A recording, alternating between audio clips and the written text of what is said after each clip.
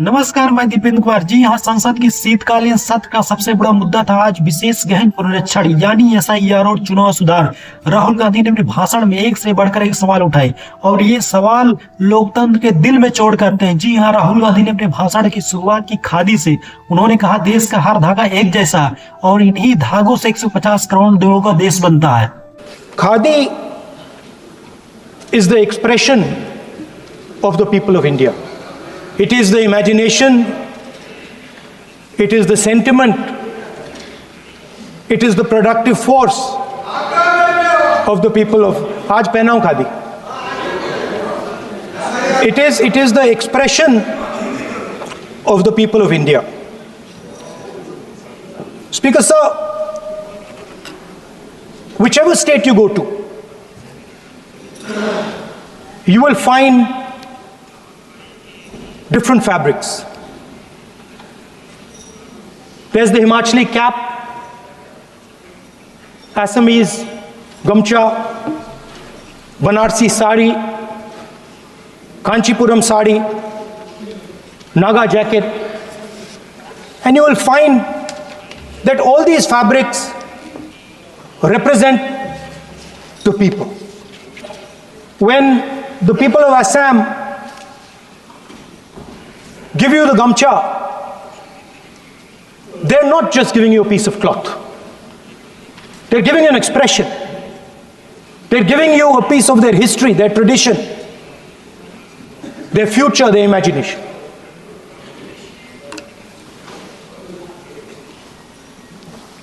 It's the same when the Nagas wear that jacket. When they come and see us, they make us wear the jacket because they want us to be embraced by the fabric. But Speaker sir, these fabrics are beautiful. But if you look slightly deeper and you look closely at the fabric, you will find that each one of them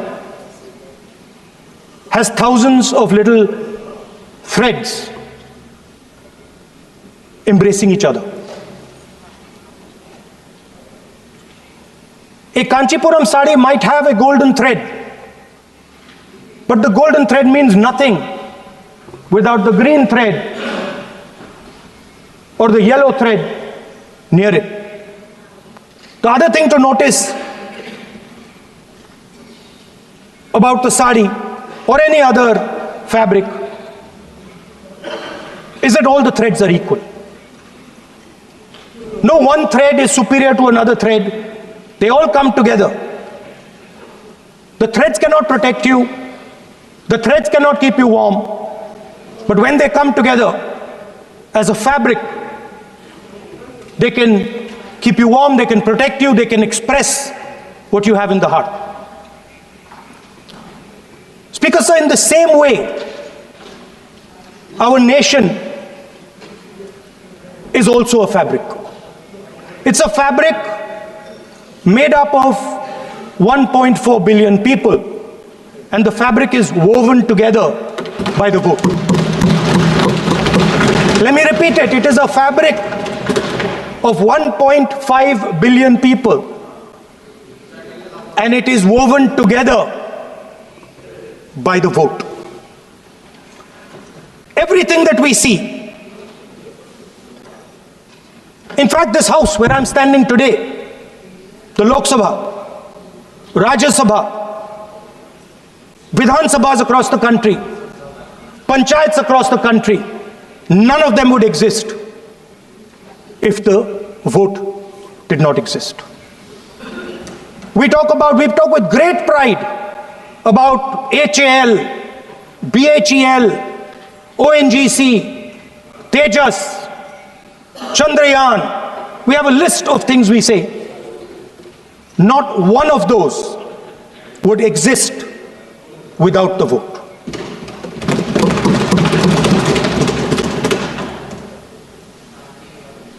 Speaker sir,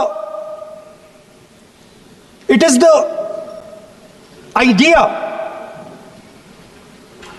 that every thread, every person, in the Union of India is equal that disturbs my friends in the RSS.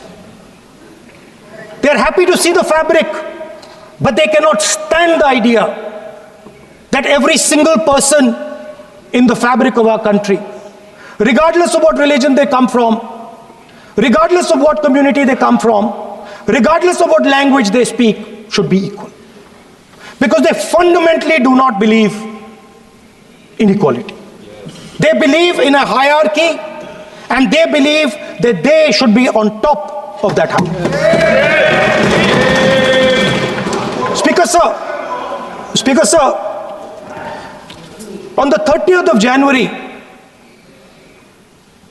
1948, 3 bullets pierced the chest of Mahatma Gandhi. Nathuram Godse assassinated the father of our nation. Today,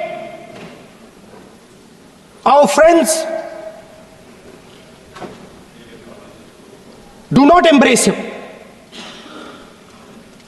Today, our friends have pushed him away. He's an uncomfortable truth. But that's not where the project ended. You see, as I said, everything has emerged from the vote. All the institutions have emerged from the vote.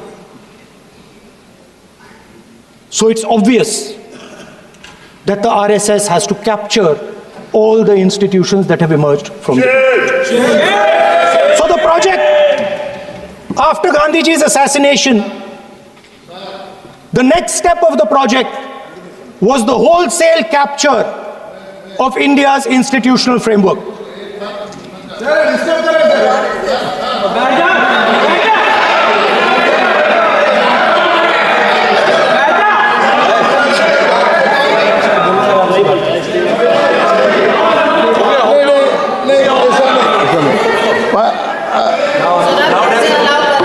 So what is this, sir?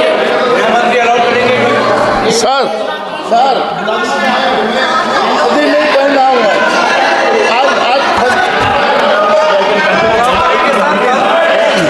करना हुआ मैं बुलाता हूँ please बैठिए So please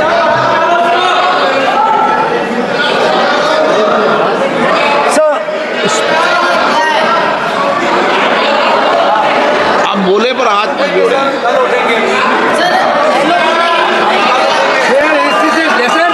Sir, these are uncomfortable truths, but they have to be spoken.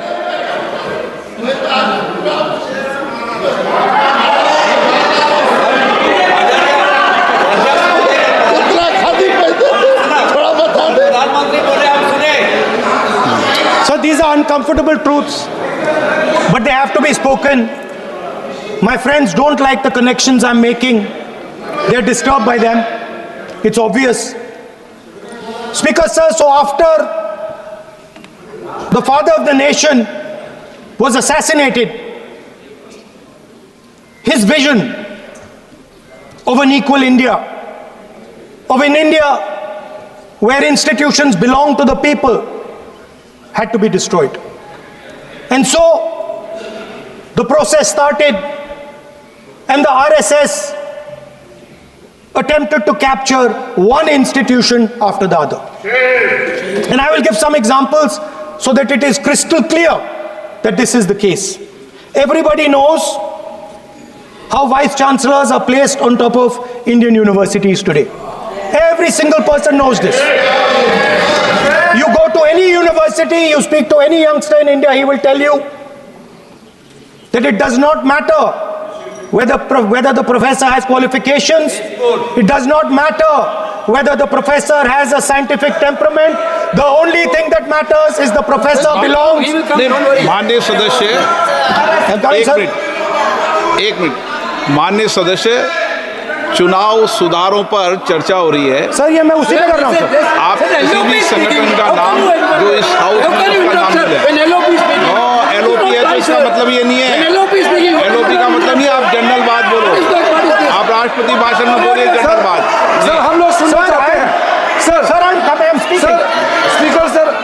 सुनेंगे शांति से, हम लोग शांति से सुनना चाहते हैं। और ये आप लोग सुनिए ना क्या कहना चाहते हैं। धमकी देंगे आप? हम लोग सुनने के लिए बैठा है। अभी तक नेता प्रतिपक्ष एक शब्द चुनाव सुधार पे अभी तो आया ही नहीं है। संसदीय कार्य मंत्री बोल रहे हैं। मैं स्पीकर का परमिशन से ही बोल रहा हूँ। हम सुनने के लिए बैठे हैं। अरे हम सुनने के लिए बैठे हैं। नेता प्रतिपक्ष चुनाव सुधार के लिए जो सुझाव देंगे सुनने के लिए तो हम बैठे हैं, लेकिन चुनाव सुधार को नहीं बोलते हुए कहा जो इस सदन से कोई वास्ता नहीं, जो संगठन उसका कहानी किसी और का बोलना ये कोई उचित नहीं है। समय बहुमूल्य है, समय का मर्यादा भी है। सबका सब यहाँ सुनने के लिए बैठे हैं और ये समय बहुत कीमती है, इसलिए हर एक पल अच्छा शब्दों का कोई अच्छा ज्ञान दे, सुझाव दे, सुनने के लिए हम लोग बैठे हैं। मेरा एक सीमित अनुरोध है नेता प्रतिपक्ष से, आप विषय पर ही रहिए। हम लोग सब बैठे हैं, गृह मंत्री जी भी सुनने के लिए बैठे हैं, लेकिन आप विषय पर नहीं बोलेंगे तो जो विषय तय किया गया है उसे क्या मतलब है। अगर चुनाव सुधार पर ही नहीं बोलेंगे तो फिर इतना समय सबका क्यों बर्बाद करना चाहते हैं नेता प्रतिपक्ष। Should I leave? Then you speak. He wanted you. Should I leave? You speak then. You speak. What is it? You are parliamentary affairs minister. You are a parliamentary affairs minister. You are disturbing the lobby. How can it be? You are a parliamentary affairs minister. You are disturbing. Subject to नहीं आपके lobby. आपका lobby subject to नहीं. ये विषय कर रहे हैं. The discussion, one second. The discussion is about the vote and electoral.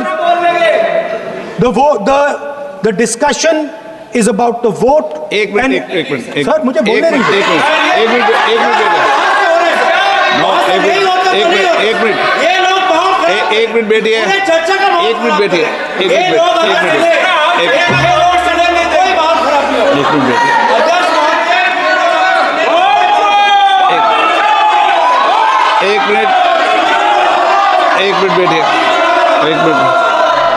माननीय सदस्य, मैं बैठे बैठे अनऑफिशियली बोल रहे हैं, उस विषय बोल रहे हैं, सदन की गरिमा को बनाए रखें। आसन को चुनौती देने का प्रयास मत करिए, ये ठीक नहीं है।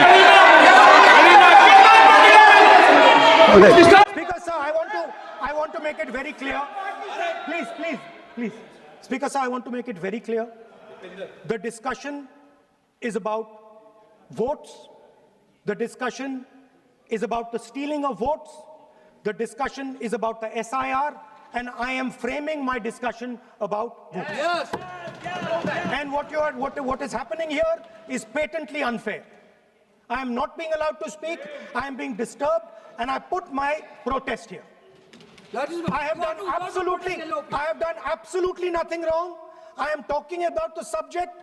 In order to capture the vote, you have to capture institutions. I am saying that institutions of India are captured, and I will come to the point, which is Election Commission is captured. So, the project of the RSS was to capture the institutional framework of the country, and I said how the education system has been captured. Vice Chancellor after Vice Chancellor after Vice Chancellor is placed not on merit, not on capability, not on scientific temper, but on the fact that he belongs to a particular organization. Second capture, which helps in destroying democracy, the capture of the intelligence agencies. We have the Home Minister sitting here, the capture of the CBI, of the ED, of the Income Tax Department.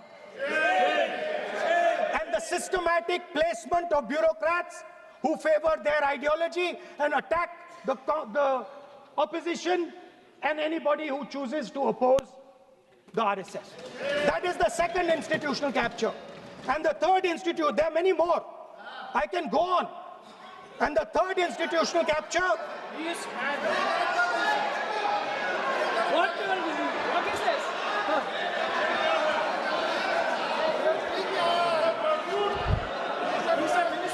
मानिए please मानिए।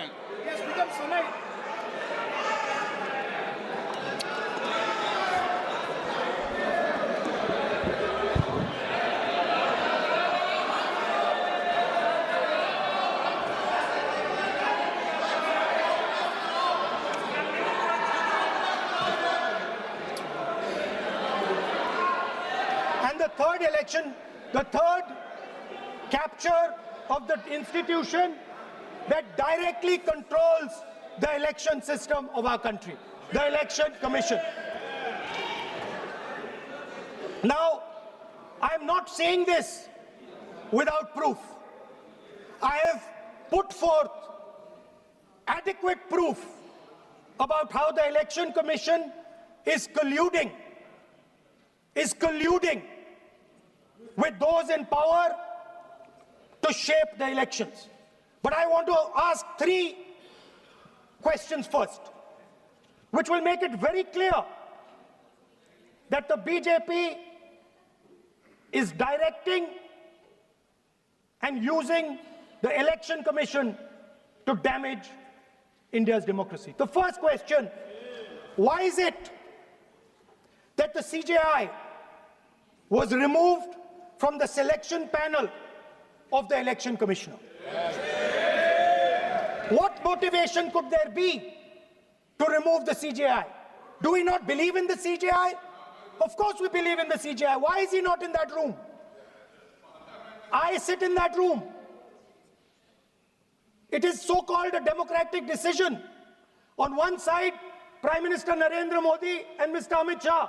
On the other side, the leader of the opposition. I have no voice in that room. What they decide is what happens. So the first question, why is the Prime Minister and Amit Shah so keen on choosing exactly who the Election Commissioner is going to be? Second question, and even more devastating question, no Prime Minister has done this in the history of India. In December 2023, this government changed the law. They changed the law to make sure that no election commissioner could be punished for any action they take while they are election commissioner. Yes.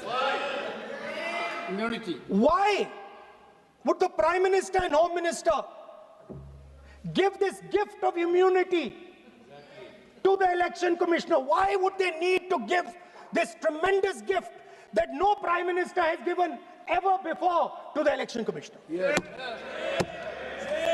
Mr. Shah is looking into the ceiling. Maybe he will answer this question when he speaks.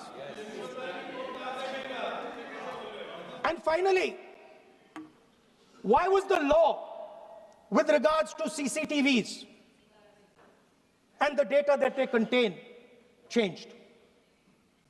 Why was a law put in place that allows the Election Commission to destroy CCTV footage 45 days after the election? What is the need? The answer given is it is a question of data. It is not a question of data. It is a question of stealing the election. Now, what is the result of this institutional capture? What is the result of controlling the Chief Election Commissioner and the Election Commission? First of all, we have a set of election campaigns that are tailored for the Prime Minister. 3-month, 4-month, 5-month long campaigns are taking place so that the Prime Minister's schedule can be fitted in to the program. Second, we have a Brazilian woman who appears 22 times on the voter list of Haryana. Please. No. 22 times this lady appears. एक minute please एक minute. आप नेता प्रतिपक्ष है, मैं इस तरीके से सदन की कार्रवाई नहीं चलने दूंगा। ये सदन है, सदन की गरिमा को बनाए रखें। आप सदन की गरिमा से बोलेंगे तो ठीक नहीं, जैसे सदन नहीं चलेगा। नो, गलत तरीका है आपका, नहीं होगा। आप ले रहिए, आप ले रहिए। नहीं, माननीय प्रतिपक्ष के नेता, आप पहले अपने सदस्यों को समझाइए। नहीं चलेगा, नहीं, ठीक नहीं है। नो, नो, नहीं, बिल्कुल नहीं चलेगा। अगर आप सर माननीय प्रतिपक्ष के नेता, आप Speaker, अपने sir. सदस्यों को गरिमा समझाइए। सर बट ये तरीका, सर, ये तरीका आप इतने सालों Yes, तक यहाँ पर sir, रहे, ये तरीका उचित है क्या? सर विरोध का तरीका होता है, लेकिन ये उचित तरीका नहीं है। तरीका इधर भी हो, नो, उधर का तरीका क्या है सर? नो, सर, सबका तरीका उधर Speaker, से होगा, sir. उधर से भी बोलेंगे, इधर से बोलेंगे, सब जगह से बोलेंगे। Speaker, sir, I don't agree with the showing of photographs here, but it is a reflection of our democratic structure. This is what is happening in our democracy, that you're not allowing us to show. This Brazilian woman has appeared 22 times on the voter list in Haryana. And not only that, there is one woman whose name has appeared 200 times, more than 200 times in one booth in Haryana. And it is very clear, and I have proven without doubt that the election of Haryana was stolen and the theft was ensured by the Election Commission of India. I've said it again and again and again. Now, nowhere has the Election Commission answered my questions. The Election Commission has not told me why this lady's picture has appeared on the polling list. They have not told me why lakhs and lakhs of duplicate voters are existing. They have not told me why a BJP leader is coming from Uttar Pradesh to vote in Haryana. These are straightforward questions. And there is clear proof which I have put in front of the country. Right? But the Election Commission has no answer to these questions. And that is the result of the complete capture of the Election Commission by the people across the aisle. By the way, you're talking about SIR in Bihar. Let me say something about SIR in Bihar. Why is it that after the SIR in Bihar, 1.2 lakh duplicate photos are existing in Bihar, in the voting list? If you've cleaned up the voting list, why are there 1.2 lakh duplicates in Bihar? And we've not just proven this about Haryana. We have proven this in Karnataka, we have proven this in Maharashtra, and I'm absolutely certain this is how you're winning elections in Madhya Pradesh, in Uttar Pradesh, in Bihar, across the country. Now, so what I'm putting on the table is, it is very clear that you've captured the institution. I've shown the mechanism of that capture. I'm also showing you how the Election Commission is doing things that are completely out of line. I'm not getting any answers. Right? So now let us come to how, when we are talking about electoral reform. Electoral reform is very simple. The point is, nobody wants to do it. The government doesn't want to do it. What does electoral reform require? What we've been saying. Number one, give machine-readable voter lists to all political parties 1 month before the election. That's the first step. The second step is take back the law that allows the destruction of CCTVs, CCTV footage. Very simple, not difficult. While you're doing that, also tell us what is the architecture of the EVM. Give us access to the EVM. Yes. Let our experts go and see what is inside the EVM. Yes. Till today, we have not had access to the EVM. We are not shown the architecture of the EVM. We're not physically allowed to go and see an EVM. Give us the architecture. Give us access to the EVM. And finally, please change the law that allows the election commissioner to get away with whatever he wants to do. That's all the electoral reforms you need. And I want to assure the election commissioner that they might be under the impression that this law lets them get away with it. Let me remind them, don't worry, we are going to change the law, and we are going to change it retroactively, and we are going to come and find you.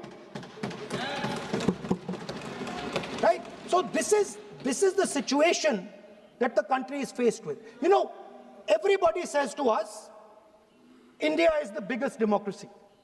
Actually, I was thinking today, we're not just the biggest democracy, we're the greatest democracy. And I'm not saying it just like that. I'm saying it, America calls itself the oldest democracy. But the democracy that weaves together the largest number of people, the largest diversity of people, the largest number of languages, the largest number of states is this country. And so our most powerful asset, the thing that stitches together the entire concept of modern India, stitches together the fabric of modern India, brings people together, allows them to build this great nation, is being attacked by these people. They're destroying it. You know they're destroying it, I know they're destroying it, and they know they're destroying it. And I'd like to conclude by saying that the biggest anti-national act you can do is vote chori. There is no bigger anti-national act that you can do than vote chori. Because when you destroy the vote, you destroy the fabric of this country. You destroy modern India, you destroy the idea of India. So I'd like to conclude by saying vote chori is an anti-national act, and those across the aisle are doing an anti-national act. Thank you.